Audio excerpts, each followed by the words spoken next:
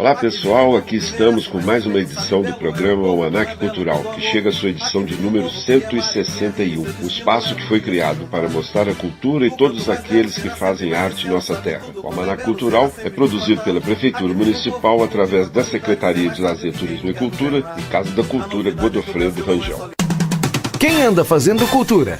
Conheça agora!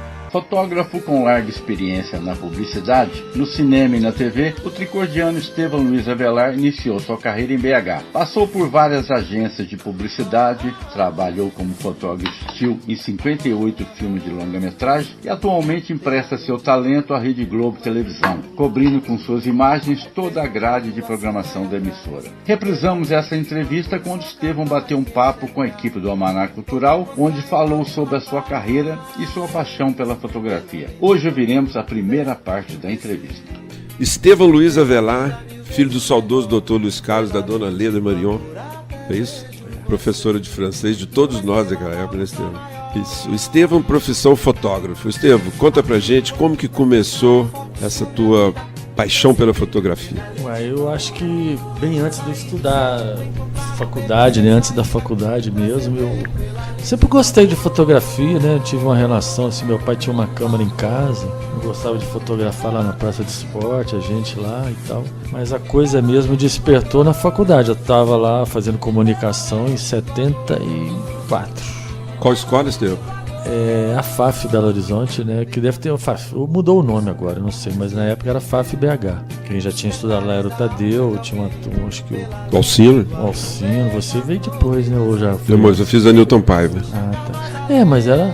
Eu mudei pra Newton Paiva e depois fiz a Newton Paiva e depois fui pra FAF Belo Horizonte. Essa aqui é a história. Comecei na Newton Paiva. E um belo dia na aula de fotografia, né? Eu nunca tinha visto uma revelação. Quando eu vi revelar aquele papel branco virando uma imagem, né? Ali me despertou. Ali eu comecei até então eu pensava em ser jornalista, eu lia muito, né? Na época a gente tinha essa cultura, né? De ler muito, eu lia bastante para interagir com as pessoas. Mas quando eu vi a fotografia eu me interessei, né? Aí foi uma coisa meio que a bolha que veio para ficar. E eu comecei na faculdade mesmo a fazer algumas fotos para a faculdade, para o jornalzinho da faculdade. Depois comecei a fazer foto para o jornal de bairro que tinha em Belo Horizonte na época. Depois arrumei um estágio no estado de Minas, enfim, aí começou assim. Comecei a virar meio que autodidata, né? Porque não tinha curso, não tinha professor, você ia se atropelando, pegando dica com um, dica com o outro. E eu sabia que eu tinha que crescer, melhorar, e para isso eu fui atrás assim, das pessoas que poderiam me ensinar. Fui trabalhar como assistente de fotografia. Você esqueceu do jornalzinho da época, lembra? O Jornal do Cruzeiro, eu, você, o Flaubert, Marquinhos Camarão, que turma, Silvio Scalione, né? É verdade. Na verdade tinha o Silvio era o primeiro que estava lá. Silvio era o jornalista responsável. E era curioso que só você que era cruzeirense, o resto da equipe era todo atleticano. Por isso que o jornal não foi pra frente, né? Porque não foi pra frente. Eu tinha um amor ao jornal, eu adorava ir lá na Toca da Raposa. Na época até o Robertinho, que era reserva do Raul. Não, jogava o Kleber. O Kleber também. O Kleber de Soalinho do Gouveia. Mas tinha o Robertinho também. Até tem uma foto dele, o Raul, revezando ali no treinamento e tal. Mas é isso, só tinha flamenguista, tinha atleticano e americano. Por isso que o jornal não foi pra frente. Essa aí é a verdade. Mas tirando a parte que o Felício Brandi não pagou também. Esse jornal foi legal, assim. Na época não tinha essa coisa ainda, né? De jornal de clube. A gente foi pioneiro. Foi, aliás, realmente. Nós somos pioneiros em N coisas em Belo Horizonte nessa época, né, Sérgio? Produtora, fazendo shows, lá na universidade, lá na Federal, né, naquele lugar onde a gente fazia os eventos lá, né? Como é que chamava? Na Gonçalves Dias ali. O projeto 6h30, fim de tarde, uma coisa assim. No Parque Municipal também. É verdade. Mas aí, continuando a carreira... Então, aí eu fui sendo assim, comecei fazendo pôster de criança, fazendo casamento dos amigos que iam casando, eu ia fotografando e a coisa foi assim, eu fui cada vez mais abandonando a ideia de ser jornalista e me tornar fotógrafo. Sempre aliado a uma coisa que você não está citando, mas eu fui testemunha disso, que é laboratório, né, Estevão? Isso foi verdade. A gente montou um laboratório, eu, Alcino, né, na minha casa. Tinha um xará meu com o mesmo nome, Estevão, que tinha um laboratório desmontado na casa, o Estevão Musso, lembra lá do Sion? Lembro. E ele me emprestou material, eu montei lá em casa no quartinho de empregado, e ali começou, assim, o grande barato da câmera escura, né? Que era você finalizar o seu trabalho. Foi onde as pessoas, assim, onde você aprendia, assim, a fotografar, a revelar, você dá continuidade ao seu trabalho. É uma grande escola falar nisso, né? Principalmente. Que hoje, por exemplo, com o advento da câmera digital, as pessoas perderam essa noção. Os amadores, eles não usam manipulação de imagem, não usam o laboratório digital, né? Mas assim, a gente como profissional hoje em dia tem N programas, né? Tem o Photoshop, tem o Lightroom e tem outros aí que você fotografa, você tem que levar para lá e revelar na linguagem digital, que é você manipular a imagem, mexer no balanço de cores, no contraste, na cutância, nas altas luzes, enfim. Isso quem me ensinou, assim, quando eu cheguei a um ponto que eu falei assim, eu preciso dar o pulo do gato na fotografia, lá atrás. O Riso Bruno Burr trabalhava numa agência de publicidade e ele me chamou para trabalhar como laboratorista da agência. Eu, com a pouca experiência que eu tinha, eu falei, eu vou assumir esse risco, e fui.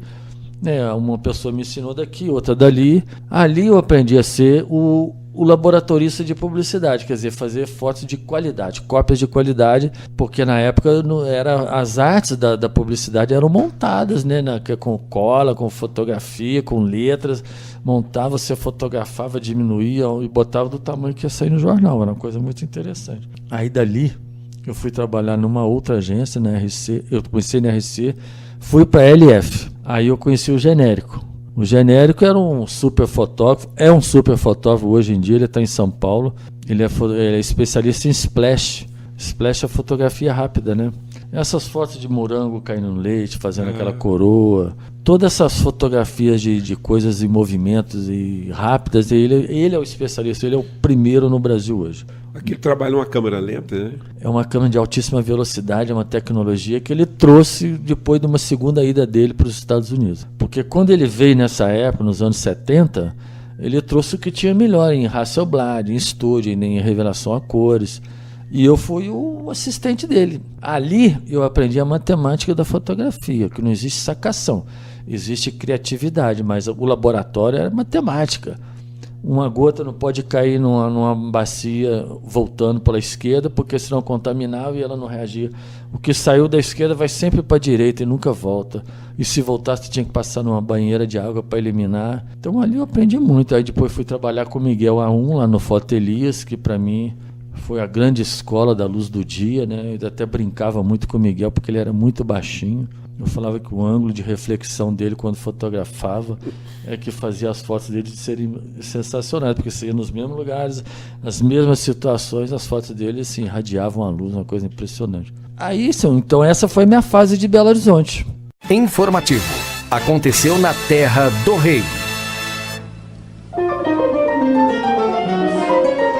O show Clube da Esquina, com o cantor e compositor mineiro Milton Nascimento, estreou na noite do dia 16 de março em Juiz de Fora, cidade mineira onde reside atualmente o artista. Antes mesmo da estreia nacional no belo Cine Teatro Central de Juiz de Fora, a turnê do show Clube da Esquina já vinha se impondo como uma das mais bem-sucedidas na trajetória do cantor Bituca nos palcos. Ingressos rapidamente esgotados tão logo começaram as vendas, o que vem gerando sessões extras abertas em cidades como de Rio de Janeiro e São Paulo. Sinaliza o êxito de proporções bem acima da média nacional para este show. Em essência, o roteiro do show é formado por músicas do álbum Clube da Esquina, de 1972, e Clube da Esquina 2, de 1978. Porém, o espetáculo reúne canções de outros discos de Bituca. O espetáculo, com Wilson Lopes na direção musical, na guitarra e violão, traz ainda Demir Fox no piano, Widor Santiago nos metais, Lincoln Shaib na bateria e Ronaldo Silva na percussão, além do próprio Milton se alternando no violão, sanfona e no piano. A cantora Martinália lança nesse mês, pelo selo Biscoito Fino, o disco Martinália Canta Vinícius, onde ela presta uma homenagem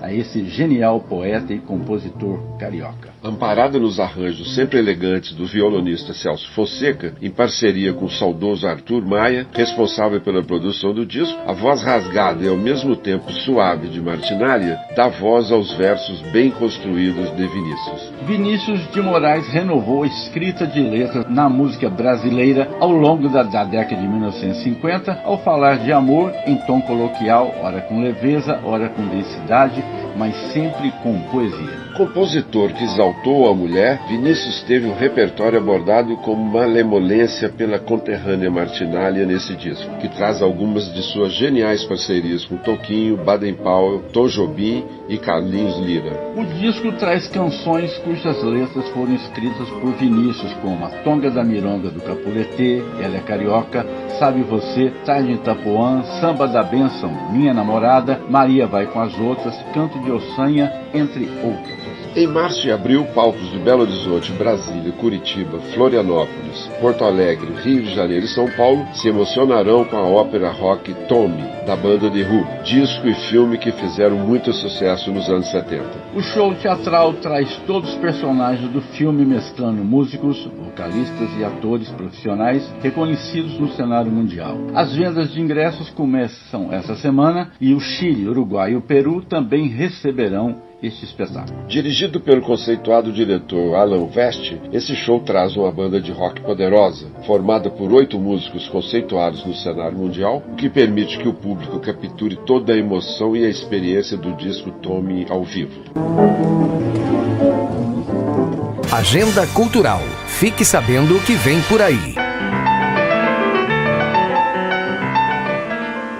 Neste sábado, a partir de 23 horas, o Queen's Pub, nosso ponte do rock, traz a banda Ômega e o seu especial com músicas do Skank e Cidade Negra. A Cabana Creperia volta com força total e apresenta hoje, sexta-feira, às 22 horas, o cantor Iago Gonçalves, acústico. E nessa sexta, a Choperia Navegantes, no Residencial Dharma, traz o cantor Niltinho e Banda, a partir de 19 horas. Amanhã, sábado, às 20h30, rola o som de Eric Lemes. No Santa Teresa, o Bar Savel brinda os seus frequentadores nesta sexta-feira, também a partir de 21 horas, com o cantor Reginaldo Daniel. Amanhã, a partir de 22 horas, a noite fica por conta do grupo Os Quintilianos e seu animado forró da cidade de São Bento Abade.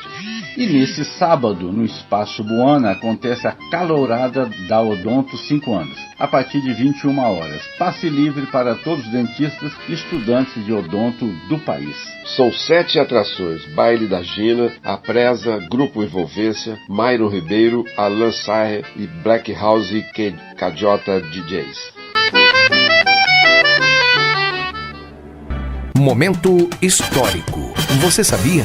Inaugurado por volta de 1870, o Colégio Rio Verdense é um marco na educação dos tricordianos, visto ter sido o primeiro ginásio a ser instalado aqui em Três Corações. Localizado na antiga Rua Direita, atual Avenida Getúlio Vargas, o educandário surgiu graças aos esforços do padre Vicente de Melo César. O padre Vicente pertencia a uma tradicional família de Ayuruoca. Após sua ordenação no Seminário de Mariana, foi designado para a paróquia de Três Corações, aqui chegando com a idade de 27 anos. A data exata da instalação desse estabelecimento de ensino é um pouco imprecisa, em razão da ausência de documentação. O historiador tricordiano João Garcia da Fonseca afirma ter tido acesso a um arquivo com o depoimento verbal da senhora Maria Ilídia Vilela, que assegura que o educandário existiu pelo espaço de mais ou menos uns 10 anos, tendo encerrado suas atividades pouco antes de 1884. O colégio instalou-se no vasto casarão assobradado existente naquela época na parte média da antiga Rua Direita, hoje Avenida Presidente Getúlio Vargas. Atualmente vê-se em seu lugar a Praça Odilon Rezende Andrade. Mais tarde, esse antigo prédio abrigou a Prefeitura e a Câmara Municipal, o Fórum da Comarca, e em 1906 foi cedido para o Grupo Escolar Bueno Brandão. Este imóvel foi construído pelo Tenente-Coronel Manuel Antônio Andrade Martins,